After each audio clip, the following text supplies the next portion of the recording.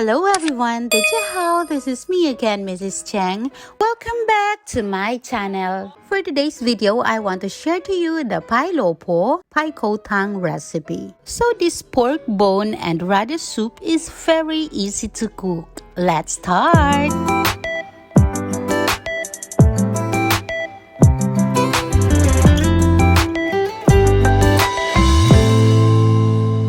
The ingredients of 白楼婆排骨汤 recipe. The first one is of course water, pork bone, radish, pork cubes to enhance the taste, rice wine, sesame oil, a pinch of salt, parsley or xiangcai.